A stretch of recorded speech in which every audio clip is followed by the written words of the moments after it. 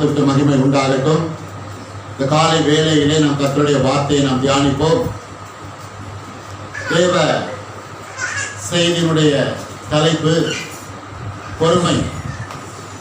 பொறுமை என்ற தலைப்பிலே தான் இந்த காலை வேளையிலே நாம் கர்த்தருடைய வார்த்தை என்ன செய்ய போகிறோம், தியானிக்க போகிறோம்.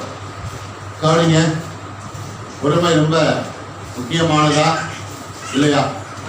கவனிங்க, எல்லாரும் கவனிங்க. பொறுமை ரொம்ப முக்கியமானதா, முக்கியம் இல்லாததா? உங்க வாழ்க்கையில பொறுமை ரொம்ப முக்கியமானதா, முக்கியம் இல்லாததா? அதனால பொறுமையை குறித்து என்ன செய்யலாம், கொஞ்சம் பார்க்கலாம். 2 கொரிந்தியர் புஸ்தகம் 6வது அதிகாரம் 4வது வசனம்.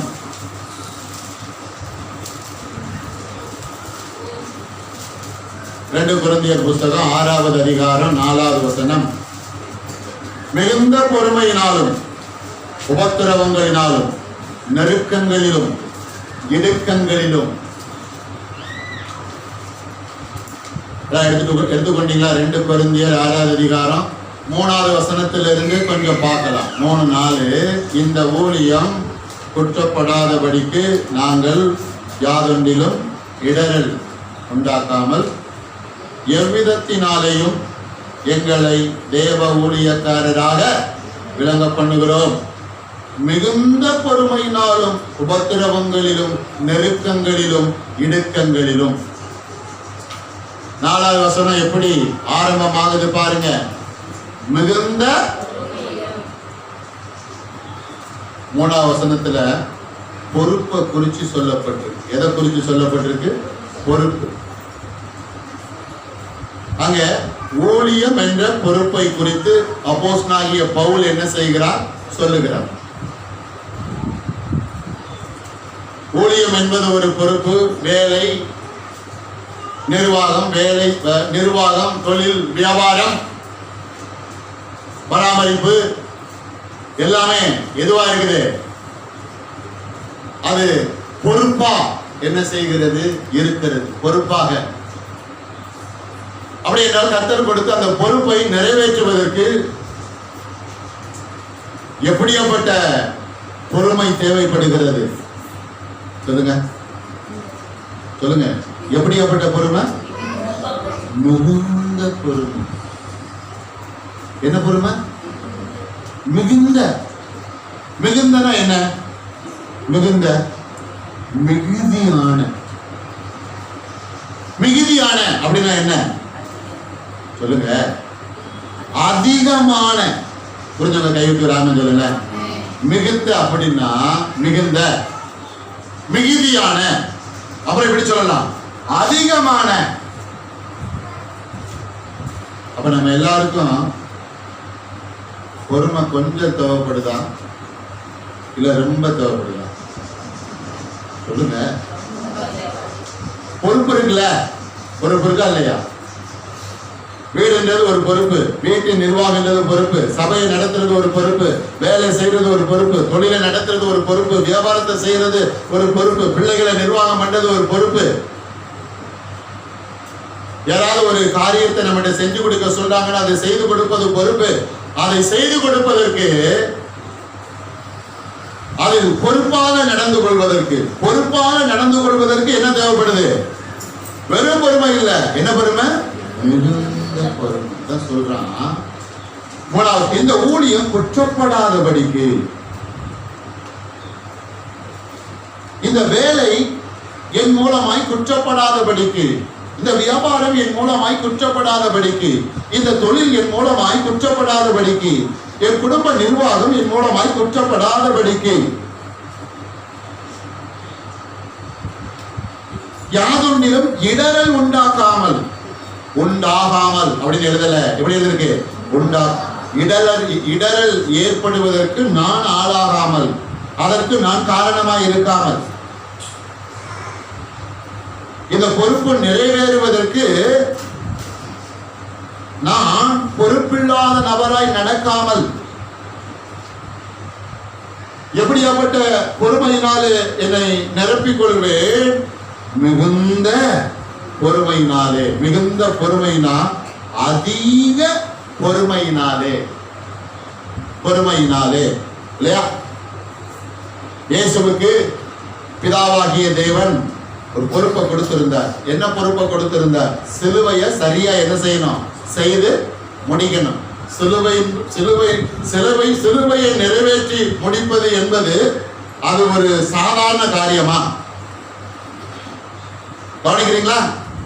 சிலுவையை நிறைவேற்றி முடிப்பது என்பது சாதாரண காரியம் இல்ல. ஜீவனை கொடுப்பது இல்லையா? ரத்தத்தை சிந்தி ஜீவனை கொடுப்பது. எவ்வளவோ நடக்குது, எவ்வளவோ கொடூரம் நடக்குது அவருக்கு, எவ்வளவோ அநியாயம் நடக்குது, எவ்வளவோ அக்கிரமம் நடக்குது, எவ்வளவோ வேதனை, துன்பம், துயரம், அவமானம், கேவலம், அவலட்சணம். இப்ப இயேசு தன்னை எதனாலே நிரப்பிக் கொண்டார்? சும்மா பொறுமை. முதல் குறிப்பு எப்படி பார்த்துக்கிட்டு இருக்கோம்?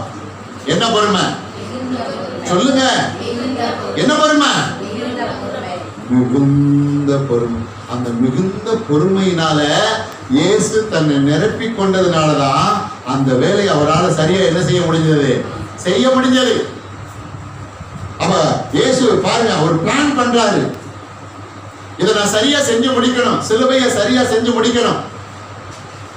அப்ப இது சாதாரண காரியம் அல்ல. இதில் நிறைய இடையூறுகள் இருக்குது, போராட்டங்கள் இருக்குது, மரணம் இருக்குது. அதனால இதையெல்லாம் தாங்கக்கூடிய அளவுக்கு மிகுந்த பொறுமையினால என்னை நிரப்பிக் கொள்ளும்படி முதலாவது என்ன எடுக்கிறேன்? நான் தீர்மானம் எடுக்கிறேன். இரண்டாவது அந்த மிகுந்த பொறுமையினால என்னை என்ன செய்யறேன்? நான் நிரப்பிக் கொள்றேன். இதெல்லாம் செஞ்சு முடிச்சுதான் பாருங்க இயேசு இந்த காரியத்தை என்ன பண்றாரு? ஸ்டார்ட் பண்றான். அந்த காரியத்தை தொடங்கினதுக்கு அப்புறம் இந்த தீர்மானம் எடுத்து அதை செய்யல. புரியுதா? அதனால உங்களுக்கு பொறுப்பு இருக்கு இல்லையா? சில பேருக்கு ஒரு பொறுப்பு அல்ல, எண்ணற்ற பொறுப்புகள். 1, 2 கடந்து பல பொறுப்புகள். அப்படி என்றால் இந்த பொறுப்பை சரியாக செய்து முடிப்பதற்கு, பிழை இல்லாமல், கரை இல்லாமல் நிறைவாக செய்து முடிப்பதற்கு என்ன தேவைப்படுகிறது என்றால் மிகுந்த பொறுமை. மிகுந்த பொறுமை என்றால் மிகுந்த என்னது? அதிகமான. ஆமா. அப்ப இந்த மிகுந்த பொறுமைய யாரிடத்திலே போய் கற்றுக்கொள்ளலாம்? சொல்லுங்க, யார்கிட்ட போய் கற்றுக்கொள்ளலாம்? சொல்லுங்க, யார்கிட்ட போய் கற்றுக்கொள்ளலாம்? இயேசுவின் இடத்திலே போய் தான் என்ன செய்ய முடியும்? கற்றுக்கொள்ள முடியும். பொறுப்பை நிறைவேற்ற முடியாத சூழ்நிலை வரும், நெருக்கடிகள் வரும், உபத்திரவங்கள் வரும், பிரச்சனைகள் வரும். அப்படி வரும் பொழுது அதை மேற்கொண்டு நேர்த்தியாய் அந்த பொறுப்பை செய்து முடிப்பதற்கு அதிகமான பொறுமையினாலே நாம என்ன செய்திருக்க வேண்டும்? நிரப்பிக் கொண்டிருக்க வேண்டும். எத்தனை பேருக்கு பிரசங்கம் புரியுது? முதல் குறிப்பு தான் பார்த்துட்டு இருக்கோம். கவனிங்களா? ஆமா, முதல் குறிப்பு தான் பார்த்துட்டு இருக்கோம். சில பேர் பொறுமை இல்லாம என்ன பண்ணுவாங்க? தான் செய்யற காரியத்தை பாதியில என்ன பண்ணிடுவாங்க? நிறுத்திடுவாங்க. பார்த்திருக்கீங்களா? இதெல்லாம் செஞ்சு முடிக்கிறதுக்கு ஏன்ட்ட என்ன இல்ல? நீங்க யாராவது அப்படி சொல்லியிருக்கீங்களா? ஏசு அப்படி சொல்லியிருக்காரா? ஏசு அப்படி சொல்லியிருக்காரா? ஆனா மறுபடியும் உங்களுக்கு நான் ஞாபகப்படுத்துறேன், எல்லாருக்கும் பொறுப்பு இருக்கு. சில பேருக்கு ஒன்றை தாண்டி பல பொறுப்பு. அதை அந்த பொறுப்பை எரிச்சல் இல்லாமல், முறுமுறுப்பு இல்லாமல், மன கஷ்டம் இல்லாமல் செய்ய வேண்டும் என்றால், அந்த பொறுப்பை சந்தோஷத்தோடு மகிழ்ச்சியோடு செய்ய வேண்டும் என்றால், அது என்ன பொறுப்போ அந்த சந்தோஷத்தோடு மகிழ்ச்சியோடு செஞ்சாதான் ஆண்டவர் அதை என்ன செய்வார்? பிரியப்படுவார். எத்தனை பேர் நீங்க செய்யற பொறுப்புல ஆண்டவர் பிரியப்படணும்னு நினைக்கிறீங்க? பிரியப்படணும். ஆண்டவர் பிரியப்பட்டுட்டா என்ன வந்துடும்? சொல்லுங்க. ஆண்டவர் பிரியப்பட்டுட்டா என்ன வந்துடும்? ஆசீர்வாதம் வந்துடும். எத்தனை பேருக்கு ஆசீர்வாதம் வேணும்? வேலை செய்றீங்கன்னா, எங்க வேலை செய்றீங்களோ அங்க முறுமுறுப்பு இல்லாம என்ன செய்யணும்? செய்யணும். தொழில் செய்றீங்கன்னா தொழில முறுமுறுப்பாம என்ன செய்யணும்? செய்யணும். ஊழியம் செய்யறோம்னா ஊழியத்தை எப்படி செய்யணும்? முறுமுறுப்பு இல்லாம செய்யணும். சந்தோஷத்தோட செய்யணும். மகிழ்ச்சியோட செய்யணும், சந்தோஷத்தோட மகிழ்ச்சியோட செய்யற அப்படின்னா நமக்குள்ள அந்த மிகுந்த பொறுமை என்ன செய்யுது, வேலை செய்கிறது. புரிஞ்சு ஒரு ஆரஞ்சல. ஆமென். எல்லாம் பக்கத்துல கை பிடிச்சு சொல்லுங்க. உங்களை நம்பி கர்த்தர் கொடுத்திருக்கிற பொறுப்பை நேர்த்தியாய் செய்து முடிப்பதற்கு உங்களுக்குள்ளே இயேசு மிகுந்த பொறுமையை வைத்திருக்கிறார். ஆமென். இப்ப கையை வச்சு சொல்லுவோமா, என்னை நம்பி இயேசு கொடுத்திருக்கிற பொறுப்பை நேர்த்தியாய் செய்து முடிப்பதற்கு எனக்குள்ளே மிகுந்த மிகுதியான அதிகமான பொறுமையை எனக்குள்ளே வைத்திருக்கிறார். ஆமென். எத்தனை பேருக்கு புரியுது? வேகமா இரண்டாவது குறிப்புக்குள்ள போகலாம் இல்லையா? இரண்டாவது அந்த படிக்கிற பிள்ளைகளா சொல்ற முதல் குறிப்புல சில காரியம். ஆமா ஆமா, என்ன என்ன என்ன பாடத்தை படிக்கிறோமோ அதை மகிழ்ச்சியா படிக்கணும். சில நேரம் அதை படிக்க பிரியம் இல்லைன்னா உள்ள என்ன வேலை செய்யல, மிகுந்த பொறுமை. என்ன கோர்ஸ் எடுத்திருக்கிறோமோ அந்த சந்தோஷமா என்ன செய்யணும், படிக்கணும்.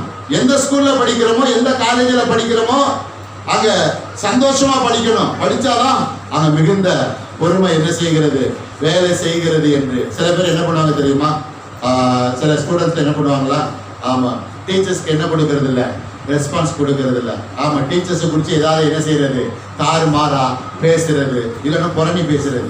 ஸ்டூடெண்ட்ஸ் யாரை குறித்து புரணி பேசுவாங்க சொல்லுங்க, டீச்சர்ஸை குறித்து. ஆமா வந்துட்டாங்க பிளைட போட, என்ன போட, பிளைட போட. அவங்க கல்வியை கற்றுக் கொடுக்க வந்திருக்கிறாங்க.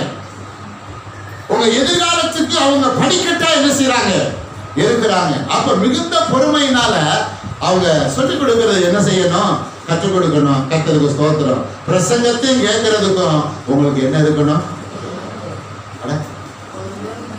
என்ன பொறுமையா இருக்கணும். அட சொல்லுங்க. ஏன்னா சில நேரத்தை என்ன பண்ணுவேன், நேரத்தை என்ன பண்ணுவேன், எழுதிட்டு போயிட்டே இருப்பேன். அப்போ நீங்க என்ன பொறுமைனா உங்களை நிரப்பி கேட்கணும், மிகுந்த பொறுமை. போடாம சொல்லுங்களேன். ஒரு இடத்துக்கு போறோம், ஒரு காரியமா போறோம், லேட் ஆகுது. சில பேர் என்ன தெரியுமா, வீட்டுக்கு போலாம், வேணாம் பொறுமையா மிகுந்த பொறுமையான காத்திருந்து என்ன செய்யணும், அதை சாதிக்கணும். எத்தனை அமைஞ்சல பொறுமை, மிகுந்த பொறுமை. முதலாவது எதை பார்த்திருக்கோம், ஆமா பொறுமை இல்ல, எதை பார்த்திருக்கோம், மிகுந்த. அப்ப பார்க்கணும் எனக்குள்ள அந்த மிகுந்த பொறுமை என்பது கொஞ்சமாவது இருக்குதா. அப்புறம் இரண்டாவது குறிப்பு 2 கொரிந்தியர் 12வது அதிகாரம் 12வது வசனத்தை வேகமா எடுங்க. எடுத்தவங்க வாசிங்க. 12 2 கொரிந்தியர் 12 அடையாளங்கள் எல்லா விதமான பொறுமையோடும் அதிசயங்களோடும் அற்புதங்களோடும் வல்லமைகளோடும் உங்களுக்குள்ளே நடப்பிக்கப்பட்டது. எடுத்துக்கொண்டீங்களா? 2 கொரிந்தியர் 12 சகோதரி வாட்சாங்க. எல்லாரும் எடுத்திருக்கீங்களா, கவனிச்சீங்களா? அப்போஸ்தலனுக்குரிய அடையாளங்கள் அப்படின்னா ஒரு ஆண்டவர் பிள்ளைக்குரிய அடையாளம். அப்படிதான் நீங்க எடுத்துக்கணும். விளக்குதா உங்களுக்கு? ஒரு ஆண்டவர் பிள்ளைக்குரிய அடையாளம். நீங்க ஆண்டவர் பிள்ளைன்னா உங்களுக்குரிய அடையாளம் என்ன? எல்லா விதத்திலும் எப்படி இருக்கணும், சத்தமா சொல்லுங்க. எல்லா விதத்திலும் எப்படி இருக்கணும், பொறுமையா இருக்கணும். எல்லா விதத்திலையும் எப்படி இருக்கணும்.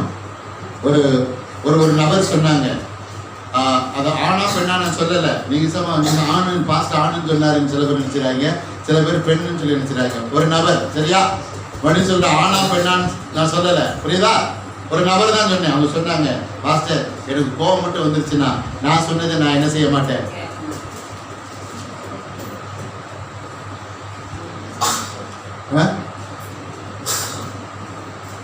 எனக்கு கோபம் மட்டும் வந்துருச்சுன்னா நான் சொன்னதை நான் என்ன செய்ய மாட்டேன், கேட்க மாட்டேன். அப்படி யாராவது இருக்கீங்களா இங்க? கவனிங்க. அப்போஸ்தலனுக்குரிய அடையாளங்கள் எல்லா விதமான பொறுமையோடும். அப்ப அப்போஸ்தலர் அப்படின்னா நீங்க எப்படி எடுத்துக்கணும்? ஆண்டவருடைய பிள்ளைன்னா எப்படி இருக்கணும்? எல்லா விதத்திலும் எப்படி இருக்கணும்? பொறுமையோடு. எல்லாத்துலயும் எப்படி இருக்கணும்? எல்லா காரியத்திலும் எப்படி இருக்கணும்? பொறுமையா இருக்கணும். பொறுமையா இருக்கணும் இல்லையா? நீங்க ஒரு 2 மாசத்துக்கு முன்னாடி பாத்தீங்கன்னா ஒரு ஒரு ஒரு நபர் பாருங்க, ஒரு நபர் எனக்கு போன்ல பேசி அப்படியே அவங்க உச்சகட்ட பொறுமை என்ன செய்யறாங்க? வெளிப்படுத்துறாங்க. என்ன பொறுமை? எல்லா விதத்திலும் பொறுமையை என்ன செஞ்சாங்க? வெளிப்படுத்தினாங்க. அப்ப ஒரு தரத்தை பார்க்க முடிஞ்சது. என்ன தரம்? இவங்க ஆவிக்குரிய தரம். சொல்லுங்க, ஆவிக்குரிய தரம் இவ்வளவுதான். எல்லாரும் நம்மளை உற்று பார்க்கிறாங்க, உங்களை எல்லாரும் உற்று பார்க்கிறாங்க, உங்களை எல்லாரும் கவனிக்கிறாங்க. நம்ம ஆண்டவருடைய பிள்ளை அப்படின்றத நம்ம வெளிப்படுத்துறோம்னா, நம்ம கர்த்தருடைய பிள்ளைன்றதை வெளிப்படுத்துறோம்னா, நான் ஆலயத்துக்கு போற பிள்ளை, வேதத்தை வாசிக்கிற பிள்ளை, ஜெபிக்கிற பிள்ளை அப்படின்னு வெளிப்படுத்துறோம்னா, எல்லாத்துலயும் எப்படி இருக்கணும்? எல்லா விதத்திலும் எப்படி இருக்கணும்? பொறுமையா இருக்கணும். பொறுமையா நல்லா புரிஞ்சுக்கோங்க. இயேசுநாதர் முன்னாடி எதை என்ன செய்ய முடியாது? மறைக்க. ஒரு பழமொழி சொல்லுவாங்க பாத்தீங்களா, முழு பூசணிக்காய் தூக்கி சொல்லுவாங்க பாத்துக்கீங்களா? அதெல்லாம் பண்ண முடியாது இயேசுநாதர். புரியுங்களா? பண்ண முடியாது. எல்லா விதத்திலும், எல்லா விதத்திலும்னா எல்லா காரியத்திலும், எல்லா சூழ்நிலையிலும், எல்லா நேரத்திலும். சூழ்நிலை எப்போதும் ஒரே மாதிரி இருக்காது. சில நேரம் முன்ன பின்ன மாறும். அப்பதான் அதிகமான பொறுமை என்ன செய்ய வேண்டியது இருக்கு? நம்ம வெளிப்படுத்த வேண்டியது இருக்கு, கடைபிடிக்க வேண்டியது இருக்கு. பாருங்க, எல்லா விதத்திலும் எந்தெந்த விதத்துல பொறுமையை வெளிப்படுத்தணும்? நெருக்கடியான நேரத்துல, போராட்டமான நேரத்துல, சூழ்நிலை சரியில்லாம இருக்கா, அப்பதான் அதிகமா பொறுமையை என்ன செய்யணும்? வெளிப்படுத்த வேண்டும். இது ஆண்டவர் பிள்ளைகளுக்கு இருக்கிற அடையாளம். அது நீங்க பாருங்க, போட்டுருக்க பாருங்க, கவனிங்க, நல்லா குறிப்பிடுங்க. டைரி நோட் எல்லாம் கொண்டு வந்து தயவு செய்து குறிப்பிடுங்க. மறுபடியும் பாருங்க, கவனிங்க. 2 கொரிந்தியர் 12:12 அப்போஸ்தலனுக்குரிய அடையாளங்கள். நான் சொன்னேன், இது அப்போஸ்தலன்னா இப்ப யார் தெரியுமா? நீங்க தான் கர்த்தருடைய பிள்ளைகள். அப்படி வச்சுக்கோங்க நீங்க. அப்ப உங்களுக்குரிய அடையாளம் என்ன? சொல்லுங்க, உங்களுக்குள்ள அடையாளம் என்ன? எல்லா விதத்திலும் எப்படி இருக்கணும்? ஆமா, புரியுங்களா? அன்னைக்கு பாத்தீங்கன்னா ஒரு நபர் எப்படா நான் போடணும்னு எதிர்பார்த்துட்டே இருந்திருக்காங்க. என் மேல பாஞ்சி என்ன பரண்டுறதுக்கு. புரியுதா? போன் பண்ண வேண்டிய சூழலை வச்சு பண்ணிட்டோம் பாருங்க. பண்ணோன்னா பாஞ்சி என்ன பண்ணிட்டாங்க? பரண்டி வச்சுட்டாங்க. நான் எப்படி தெரியுமா இருக்கிறேன்? ஸ்தோத்திரம். பொறுமையா என்ன செய்யறேன்? இருக்கிறேன். அவங்க எல்லா குற்றச்சாட்டு யார் மேல வைக்கிறாங்க? என் மேல வைக்கிறாங்க. கர்த்தருக்கு ஸ்தோத்திரம். நாம் குறைவுள்ளவர் தானே. இயேசுநாதர் யாரு? நிறைவானவர். நாம் யாராய் மாற விரும்புகிறோம்? நிறைவுள்ளவர்களாய் மாற விரும்புகிறோம். நல்லா புரிஞ்சுக்கோங்களேன். வார்த்தையில வளரணும்னு வச்சுக்கோங்க, ஆவிக்குரிய வாழ்க்கையில வளர்ந்து வச்சுக்கோங்க. அங்க பொறுமை இருக்காது, வேலை செய்யாது. பாருங்க, அந்த நபர்களுக்கு தங்க பக்கம் இருக்கிற அந்த தப்பிதங்களை உணரவும் முடியல, அதை ஏற்றுக்கொள்ளவும் முடியல. அவங்க என்ன பண்றாங்க? ஏமால என்ன செய்யறாங்க? குற்றம் சுமத்தவே, ஏமாலே குற்றம் சுமத்தவே. நான் பார்த்தேன், இவங்களுக்கு என்னதான் விலக்கி சொன்னாலும் அவங்க பக்கம் இருக்கிற தவறு அவங்களால என்ன செய்ய முடியல? விளங்கி கொள்ள முடியல. அப்படின்னு நான் பேசாம அமைதியா இருந்த. அவங்க பேசினாங்க, பேசி என்ன பண்ணிட்டாங்க? முடிச்சிட்டாங்க. அமைதியா இருக்கிறது தான் எல்லா விதத்திலும் எப்படி இருக்கிறது? பொறுமை. எல்லா விதத்திலும், எந்தெந்த காரியத்தில், எல்லா விதம்னா எந்தெந்த நேரத்தில், எந்தெந்த இடத்தில், எந்தெந்த காரியத்தில், எந்தெந்த பொறுப்பில், எந்தெந்த பாருங்க செயலில் பொறுமை ரொம்ப முக்கியம். ரொம்ப முக்கியங்க. அவன் கோபம் வரக்கூடாதா? வரணும். நியாயமான காரணத்துக்கு என்ன செய்யணும்? வரணும். அதை வெளிப்படுத்த வேண்டிய விதத்தில் என்ன செய்யணும்? வெளிப்படுத்தணும். புரியுதா? வெளிப்படுத்த வேண்டிய விதத்தில். ஒருவேளை ஆண்டவருடைய பிள்ளைகள் கோபத்தை வெளிப்படுத்தினால் அதை எப்படி வெளிப்படுத்தணும்? மென்மையா வெளிப்படுத்தணும். ஒரு ஆமென் சொல்லுங்களேன். மென்மையா வெளிப்படுத்தணும்.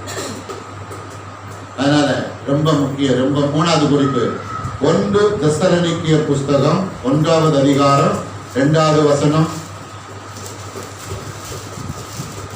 1 தெசலோனிக்கேயர் புஸ்தகம் 1வது அதிகாரம் 2வது வசனம்.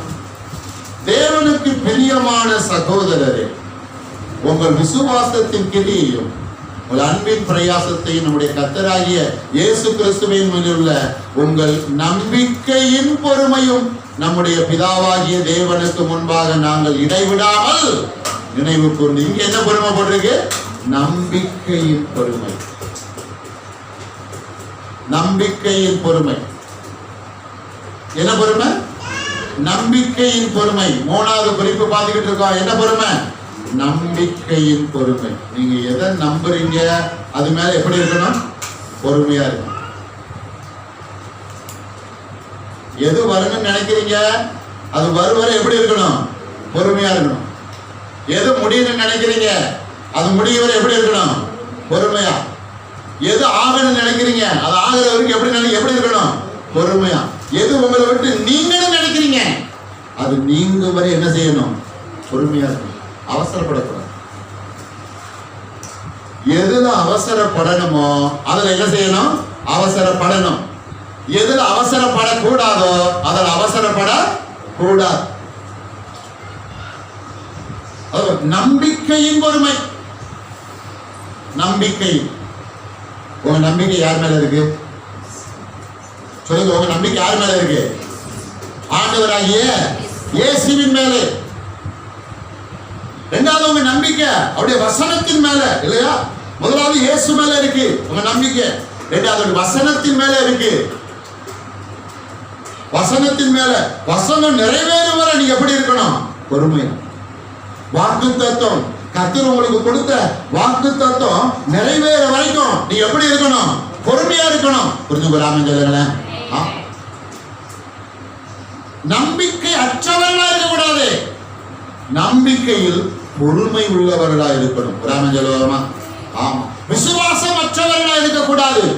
விசுவாசத்தில் எப்படி இருக்கணும்? பொறுமை உள்ளவர்களா என்ன செய்ய வேண்டும்? இருக்க வேண்டும். இருக்க வேண்டும். இதெல்லாம் கர்த்தருடைய பிள்ளைகளுக்கு மிக மிக மிக எப்படி இருக்கிறது? அவசியமானதா இருக்கிறது. உலக ஜனங்கள்லாம் எப்படினாலும் இருந்துடலாம். அவங்களுக்கு மிகுந்த பொறுமை தேவையில்லை. எல்லா விதத்திலும் பொறுமை தேவையில்லை. நம்பிக்கையில பொறுமை தேவையில்லை. எப்படினாலும் இருக்கலாம். ஆனா ஆண்டவருடைய பிள்ளைகள்னா எப்படிதான் இருக்கலாம்ல. எப்படிதான் இருக்கணும் சொல்லி வேதம் கற்றுக் கொடுக்குது. அது ரொம்ப ரொம்ப எப்படி இருக்குது? முக்கியமானதா இருக்கிறது. முக்கியமானதா இருக்கிறது. முக்கியமானதா இருக்கிறது. உங்க பக்கத்துல இருக்கிறவங்க முகத்தை பார்த்து நல்லா சிரிச்சு ஆமா கையை கொடுத்து நீங்க சொல்லுங்க. ஆமா எல்லா விதத்திலையும் பொறுமையா இருங்க. எல்லா காரியத்திலையும் பொறுமையா இருங்க. எல்லா நேரத்திலையும் பொறுமையா இருங்க. எல்லா சூழ்நிலையிலையும் பொறுமையா இருங்க. எல்லா பொறுப்பிலையும் பொறுமையா இருங்க. எல்லா இடத்திலையும் பொறுமையா இருங்க. நம்பிக்கை மேல பொறுமையா இருங்க. இயேசுவின் மேல நீங்க வச்சிருக்கிற நம்பிக்கையில பொறுமையா இருங்க. வார்த்தையின் மேல பொறுமையா இருங்க. விசுவாசத்தின் மேல பொறுமையா இருங்க. ஆமென். இல்லையா? வேகமா 2 தெசலோனிக்கேயர் புஸ்தகம் 3வது அதிகாரம் 5வது வசனத்தை வேகமா எடுத்துக்கொள்வோம். 2 தெசலோனிக்கேயர் புஸ்தகம் 3வது அதிகாரம் 5வது வசனம்.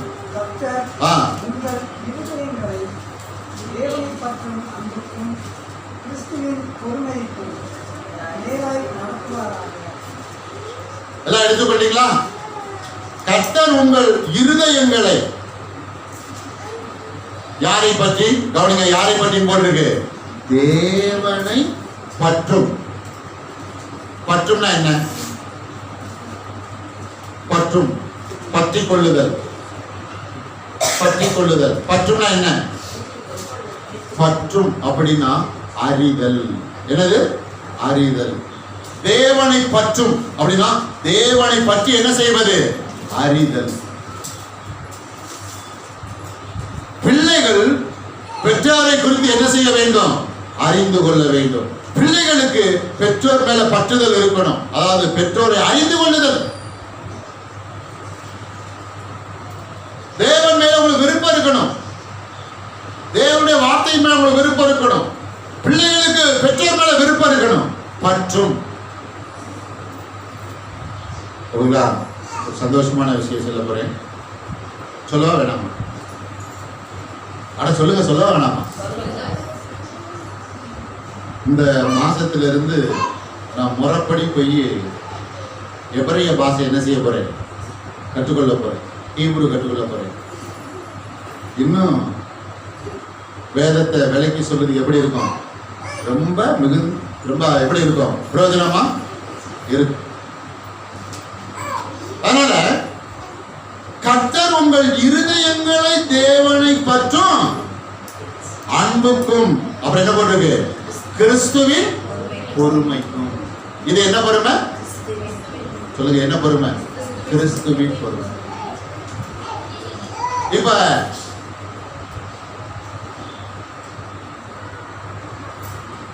இயேசுவை பிடிச்சு கொண்டு போய் என்ன பண்றாங்க? அரண்மனையில் நிப்பாட்டி இருக்காங்க. போர் வீரன் என்ன செய்யறான்? ஓங்கி கன்னத்துல என்ன செய்யறான்? அடிக்கிறான். அடிச்ச உடனே இயேசு என்ன பண்ணாரு? நீ என்ன ஒரு அறை அரைஞ்சல்ல, நான் உன்னை எத்தனை அறை அறைவேன்? சொல்லுங்க. 2 அறை அறையாம நான் விட மாட்டேன். அப்படியே பண்ணாரு. அதே நேரத்தில் அவர் சும்மாவே இருக்கல. அதை கவனிக்கணும். காரணம் இல்லாமல் என்னை நீயே அடித்தார். கேட்டாரா இல்லையா? கோபப்படல. ஆனா எப்படி பாருங்க அவரை வெளிப்படுத்துறாரு பாருங்க. எப்படி நடக்கிறாரு பாருங்க.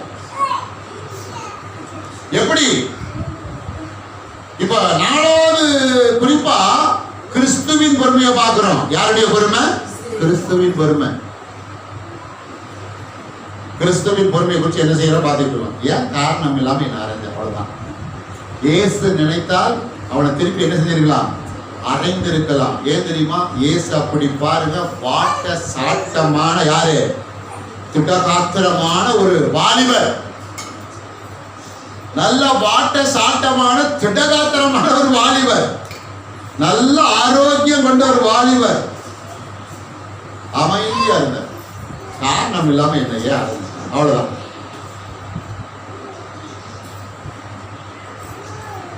ஒவ்வொரு இடத்துலையும் கிறிஸ்துவின் பொறுமை. கானான் ஒரு கல்யாணத்துல கொஞ்சம் இருக்கிற திராட்சரசம் காலியாகிற வரைக்கும் இயேசு எப்படி இருக்கிறாரு? பொறுமையா இருக்கிறார். இருந்தாரா இல்லையா? 12 வயசு பொண்ணு பாருங்க, இறந்துட்டா. உள்ள எல்லாரும் அழுதுட்டு இருக்கிறாங்க. அவங்க எல்லாம் வெளியே அனுப்புற வரைக்கும் எப்படி இருந்தாரு? பொறுமை. யாரு பொறுமை? சொல்லுங்க, யாரு பொறுமை? உங்களுக்கு பொறுமையில யாரு முன்மாதிரியா இருக்கா? நீங்க யாரை வச்சிருக்கீங்க? நீங்க யாரை வச்சிருக்கீங்களா? சொல்லுங்க. அவங்க, இவங்க, யாராவது பாட்டிய மாதிரி எப்படி இருக்க முடியாது? பொறுமையா இருக்க முடியாது. எங்க தாத்தாவை மாதிரி பொறுமையா என்ன செய்ய முடியாது? எங்க அத்தாச்சிய மாதிரி எப்படி இருக்க முடியாது? பொறுமையா. இயேசுநாதரை போல யாரும் பொறுமையா என்ன செய்ய முடியும்? இருக்கவே முடியாது. ஒத்துக்கொள்றவங்க கையை வைக்கிறாங்க. அப்ப இயேசுவே உம்முடைய பொறுமையினால என்ன செய்யும்? நிரப்பும். எத்தனை கேட்க போறீங்க? ஆமா. கிறிஸ்துவே உம்முடைய பொறுமையினால என்ன நிரப்பும். உங்க வித்து தான் எனக்குள்ள இருக்குது. எத்தனை பேர் ஆமா சொல்ல போறீங்க? எத்தனை பேருக்குள்ள இயேசுவோட வித்து இருக்கிறது? கிறிஸ்துவின் பொறுமை. உங்க இருதயம் ஆண்டவரை பற்றி கொள்வதற்கு, உங்கள் இருதயம் பிதாவாகிய தேவனை அறிந்து கொள்வதற்கு, உங்கள் இருதயம் பிதாவாகிய தேவனுடைய திட்டங்களை அறிந்து கொள்வதற்கு, அவருடைய சித்தங்களை அறிந்து கொள்வதற்கு, வேதத்தை அறிந்து கொள்வதற்கு, எதிர்காலங்களை அறிந்து கொள்வதற்கு அப்படின்னா உங்களுக்குள்ள என்ன யாருடைய பொறுமை வேணும்? கிறிஸ்துவின் பொறுமை. தேவனை அறிந்து கொள்வதற்கு, தேவ திட்டங்களை அறிந்து கொள்வதற்கு, தேவனுடைய ரகசியங்களை அறிந்து கொள்வதற்கு, அவன் தேவனுடைய நடத்துதலை அறிந்து கொள்வதற்கு. எத்தனை பேருக்கு நான் பேச புரியுது? தேவனுடைய சுபாவத்தை, தேவனுடைய குணாதிசயங்களை அறிந்து கொள்வதற்கு யாருடைய பொறுமை தேவைப்படுது? சத்தமா சொல்லுங்க. சொல்லுங்க, சத்தமா சொல்லுங்க. கிறிஸ்துவின் பொறுமை. யாருடைய பொறுமை? கிறிஸ்துவின் பொறுமை. அதான் அடங்கிக்கோங்க. கிறிஸ்து பொறுமையா இருந்ததுனால அவர் யாரை முழுமையாக விலகி கொண்டார்? சொல்லுங்க. இயேசு கிறிஸ்து, எல்லாரும் என்ன சொல்றீங்க? இயேசு கிறிஸ்து பொறுமையினாலே தன்னை நிரப்பிக் கொண்டதினாலே யாரை சரியாக விலகி கொண்டார்? பிதாவாகிய தேவன். கிறிஸ்து தன்னை பொறுமையினாலே நிரப்பிக் கொண்டதினாலே பிதாவுடைய சித்தம் என்ன, பிதாவுடைய திட்டங்கள் என்ன, பிதாவுடைய நோக்கம் என்ன, அதை புரிந்து கொள்ள முடிந்தது, அறிந்து கொள்ள முடிந்தது.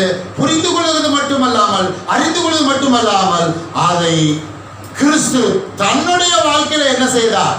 செய்து காட்டினார். புரிஞ்சு ராமஜலோமா? சும்மா இல்லைங்க ஆவிக்குரிய வாழ்க்கை. கிறிஸ்தவ வாழ்க்கை அப்படியே ரோஜா படுக்கையில் அப்படியே படுத்திருக்க மாதிரி இல்லை. சில பேர் ரட்சிக்கப்பட்டல்ல, அப்புறம் என்ன? ரட்சிக்கப்பட்டதுக்கு அப்புறம் தான் நம்ம கிறிஸ்துவை குறித்து அறிந்து கொள்ள வேண்டியது அவசியமா? தேவன் யார்? தேவனுடைய சுபாவம் என்ன? தேவனுடைய குணாதிசயங்கள் என்ன? தேவனுடைய திட்டங்கள் என்ன? தேவனுடைய சித்தம் என்ன? தேவன் மறைத்திருக்கிற ரகசியம் என்ன? இதை நீங்கள் அறிந்து கொள்ள வேண்டும் என்றால் அவருடைய குமாரன் ஆகிய கிறிஸ்துவினுடைய பொறுமையை உங்களுக்குள்ள என்ன செய்ய வேண்டும்? பெற்றுக்கொள்ள வேண்டும். அதை வெளியே கொண்டு வர வேண்டும். அதனால எழுதிருக்கு, கர்த்தர் உங்கள் இருதயங்களை தேவனை பற்றும். அப்படின்னா அடுத்து தேவ திட்டங்களை குறித்து, தேவ நோக்கங்களை குறித்து, அன்புக்கும் கிறிஸ்துவின் பொறுமைக்கும் நேராக நடத்துவாராக. அவர் சொன்ன, ஆண்டவரே உங்க பொறுமைக்கு நேரா என்ன செய்யுங்க? நடத்து. ஒரு கேளுங்க, கையை பிடிச்சு சொல்லுங்க. கையை பிடிச்சு முகத்தை பார்த்து நல்லா சரி சொல்லுங்க. கர்த்தர் உங்களை அவருடைய கிறிஸ்துவினுடைய பொறுமைக்கு நேராக நடத்துவார். அப்படி நடத்த நீங்கள் அனுமதிக்கும் போது தேவனை பற்றி அறிந்து கொள்வீர்கள். தேவனுடைய திட்டங்களையோ சித்தங்களையோ ரகசியங்களையோ அறிந்து கொள்வீர்கள். ஆமென் சொல்லுவோமா? ஸ்தோத்திரம். இப்போ ஒருத்தர் வச்சு நல்லா அறிஞ்சிட்டு வர்றோம். ஒரு 11 தான் ஆகுது. சாய் என்ன பண்ணிட்டு இருக்கு? வெளுத்துக்கிட்டு இருக்கு. சரிங்களா? சீக்கிரம் நல்லா அறிஞ்சிக்கிடுவாங்க. புரியுதா? புரியலையா? கர்த்தருக்கு ஸ்தோத்திரம். சில பேருக்கு புரிஞ்சது, சில பேருக்கு புரியல. புரிஞ்சதுக்கு ஸ்தோத்திரம், புரியாததுக்கு என்னது? ஸ்தோத்திரம். சரியா? அடுத்த குறிப்புக்குள்ள போலாமா? பரிசுத்தவான்களின் பொறுமை. என்ன பொறுமை? நீங்களா யாரு? அட சொல்லுங்க. பரிசுத்தம் பரிசுத்தம் பரிசுத்தம் சொல்லிட்டு இப்ப செய்யல. என்ன ஆகி போச்சு? இரவல் வாங்குவது பாருங்க வசப்பத்துல இருந்து. நான் இவ்வளவுதான் பேசுவேன். இதுக்கு மேல உள்ள என்ன கூப்பிடக்கூடாது. புரியுங்க? உள்ள இழுத்து விட பாத்தீங்க. கர்த்தருக்கு ஸ்தோத்திரம். சரி, கவனிங்க. நீங்களா யாரு? பரிசுத்தவான். பரிசுத்தவான் கையை உயர்த்துங்க. எல்லாம் கையை விட்டு சொல்லுங்க. நான் கிறிஸ்துவுக்குள்ளே பரிசுத்தவான். நாங்கள் கிறிஸ்துவுக்குள்ளே பரிசுத்தவான்கள். அனுதினமும் நீங்க வாய் திறந்து சொல்லணும், கிறிஸ்துவுக்குள்ளே நான் யாரு? பரிசுத்தவான். பரிசுத்தவான்களின் பொறுமை. வெளிப்படுத்துதல் 14வது அதிகாரம் 12வது வசனம். வெளிப்படுத்துதல் 14வது அதிகாரம் 12வது வசனம். 14, 12 வாசிங்க.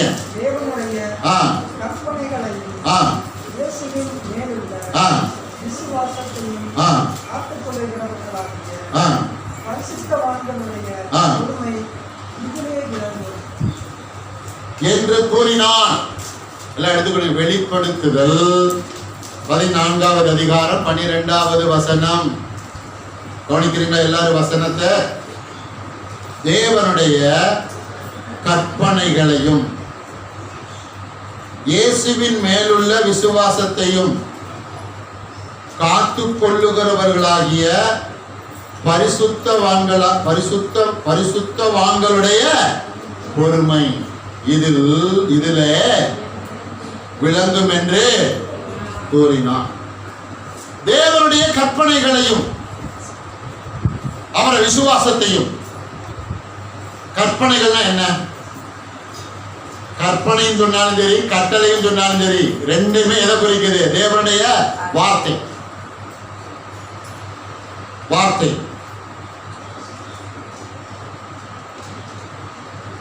அப்ப வார்த்தையை நீங்கள் காத்துக்கொள்ள வேண்டும். விசுவாசத்தை என்ன செய்ய வேண்டும்?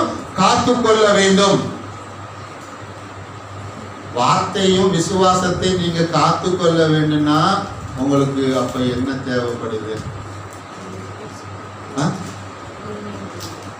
உங்களுக்குள்ள இருக்கிற வார்த்தைகளையும் விசுவாசத்தையும் காத்து கொள்ளணும்னா முதலாவது உங்களுக்கு என்ன தேவைப்படுது?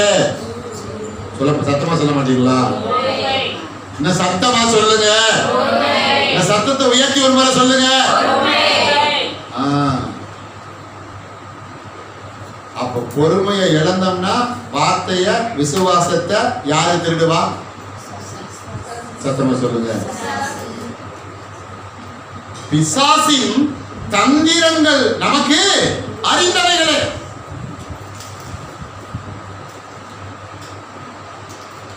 இல்லையா? ஆகாயத்து பறவைகள் வந்து என்ன செய்தது? பட்சித்து போட்டது.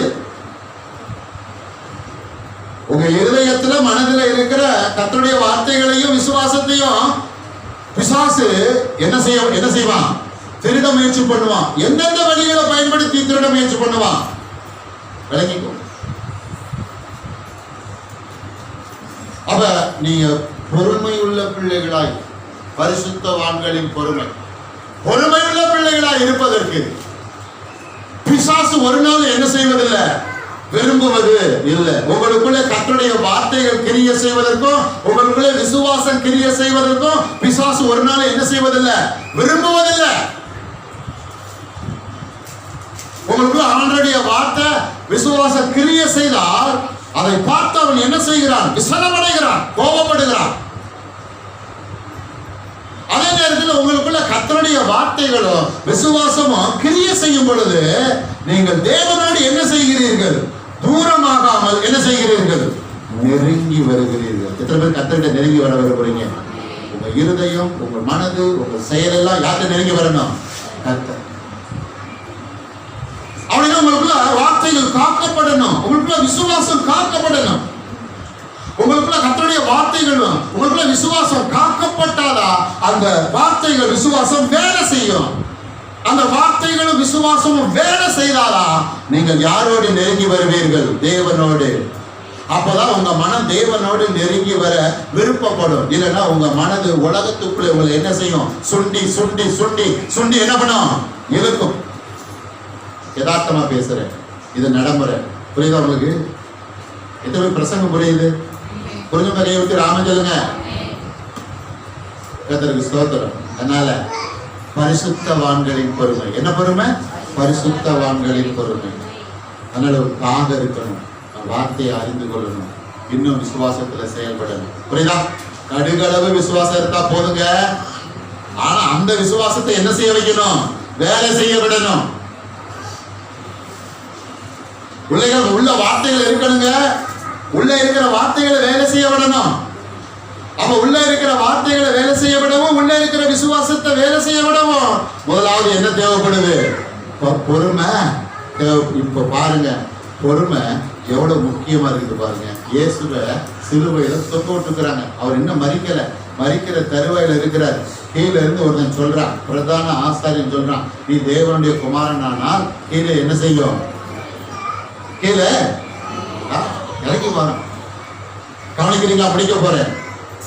எங்க இயேசுநாதன் நினைச்சிருந்தாருன்னா மேல இருந்து கீழே இறங்கி வர முடியாதா? வர முடியுமா? முடியாதா? ஏன் வரல? இயேசு ஏன் வரல? அவர் இறங்கி வந்திருந்தாருன்னா தேவனுடைய திட்டமே என்ன இருக்கும்? கொலாப்ஸ் ஆகிருக்கும். அப்ப தேவ திட்டத்தை நிறைவேற்றி முடிப்பதற்கு சிலுவையில இயேசு எப்படி தொங்கினார்? பொறுமை உள்ளவராய் தொங்கினார். வாக்குத்தத்தங்கள் உங்களுக்கு பலிக்க வேண்டும் என்றால், நிறைவேற வேண்டும் என்றால், விசுவாசத்தினாலே நீங்கள் கர்த்தரிடத்திலிருந்து நன்மைகளை, ஆசீர்வாதத்தை பெற்றுக்கொள்ள வேண்டும் என்றால், நீங்கள் உங்களுக்குள்ளே ஒவ்வொரு நொடியும் நிமிடமும் பொறுமையை என்ன செய்ய வேண்டும்? காத்து கொள்ள வேண்டும். புரிஞ்சு ஒரு அமைஞ்சல பாஸ்டர், அதுக்குதான் பாஸ்டர் பெரிய பரீட்சையே வருது பாஸ்டர். பாஸ்டர், அதுக்குதான் பெரிய பரீட்சையே வருது இல்லையா? அப்படி சிந்திக்காதீங்க உங்க மனசுல. அப்படி வாய் திறந்து பேசாதீங்க, அது அப்படி நடந்துரும் இல்ல. கண்டிப்பா கர்த்தர் என்ன செய்கிறார்? உதவி செய்கிறார். பொறுமையே, ஆமா, பொறுமையினுடைய உச்சக்கட்டை யாரு? ஆண்டவராகிய இயேசு. அவர் எனக்கு எதை கற்றுக் கொடுக்கிறார்? பொறுமையை கற்றுக் கொடுக்க. புரிஞ்சவர் ஆனு சொல்லுங்களேன். வேகமா பக்கத்துல உங்க கையை பிடிங்க, நல்லா சிரிச்சு பாருங்க. எப்போதும் சிரிங்க, நல்லா சிரிச்சு சொல்லுங்க. சந்தோஷமா மகிழ்ச்சியா சொல்லுங்க. தேவனுடைய வார்த்தையும் விசுவாசத்தையும் உங்களுக்குள்ள செயல்பட விசுவாசத்தை செயல்பட பொறுமைய காத்துக்கொள்ளுங்க. உங்களுக்குள்ள இருக்கிற கர்த்தருடைய வார்த்தையும் விசுவாசமும் வேலை செய்யவும், வேலை செய்கிறதுனால நீங்கள் ஆண்டவரிடத்தில் நெருங்கி வரவும் கர்த்தரோடு ஐக்கியப்படவும் உங்களுக்குள்ள இருக்கிற பொறுமையை காத்துக்கொள்ளுங்கள். பொறுமையை காத்துக்கொள்ளுங்கள். ஆமென். அல்லேலூயா, அல்லேலூயா, அல்லேலூயா. கடைசி ஒரு குறிப்பை நம்ம பார்த்துட்டு முடிக்க போறோம். 2 வசனம் வரும். வேகமா டக்குன்னு எடுத்து குறிப்பு எடுத்துக்கோங்க. கடைசி குறிப்பு சொல்றேன். நீண்ட பொறுமை, அப்புறம் நீடிய பொறுமை. என்ன பொறுமை? ரெண்டுமே ஒண்ணுதான். ரெண்டுமே நீண்ட பொறுமை, நீடிய பொறுமை. ஆமா, வாழ்க்கையில ரொம்ப தூரம் என்ன தேவைப்படுது? அது சொல்லுங்க. வாழ்க்கையில ரொம்ப தூரம் என்ன தேவைப்படுது?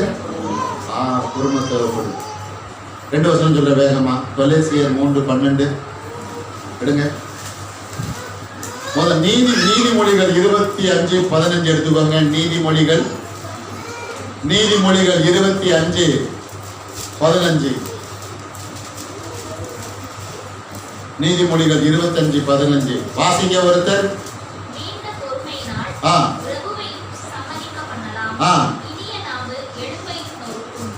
நீண்ட பொறுமையினால உங்களுக்கு மேல இருக்கிறாங்களா அதிகாரி இல்லையா? நீண்ட பொறுமையினால உங்க ஓனர், நீண்ட பொறுமையினால உங்க ஆபீசர், நீண்ட பொறுமையினால உங்க மேனேஜர், நீண்ட பொறுமையினால உங்களுக்கு மேல இருக்கிற ஹெட், நியாயமான காரியத்துக்கு பொறுமையா நீண்ட பொறுமையா இருந்து என்ன செய்யலாம்? அவளை சம்மதிக்க பண்ணிடலாம். எத்தனை பேர் ஆமென் சொல்ல போறீங்க?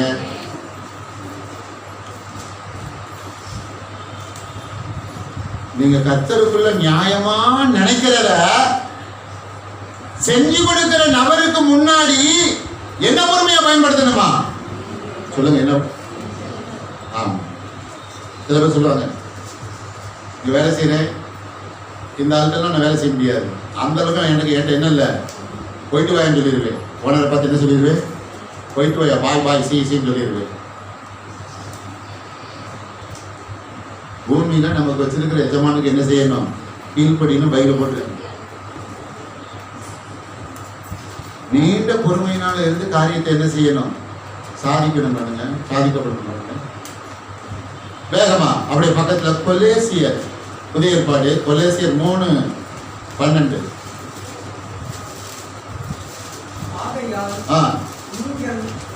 தேவனால் தெரிந்து கொள்ளப்பட்ட பரிசுத்தரும் பிரியருமாய் உருக்கமான இரக்கத்தையும் தயவையும் மன தாழ்மையையும் சாந்தத்தையும் நீடிய பொறுமையையும்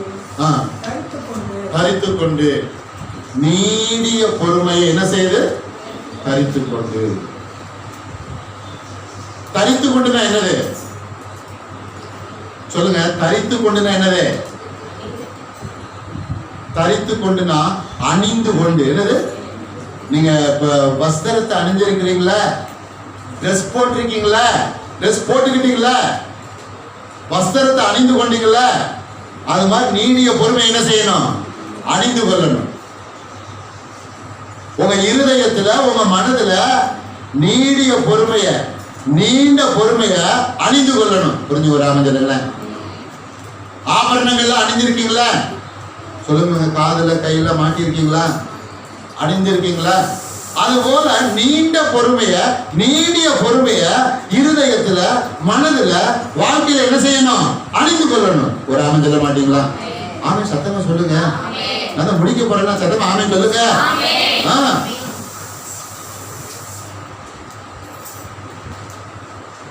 நீடிய பொறுமை, நீண்ட பொறுமை. ஒரு ஆமென் சொல்லுவோமா? முடிகிற வரைக்கும் எப்படி இருக்கணும்? பொறுமை. நடக்கிற வரைக்கும் எப்படி இருக்கணும்? வர்ற வரைக்கும் எப்படி இருக்கணும்?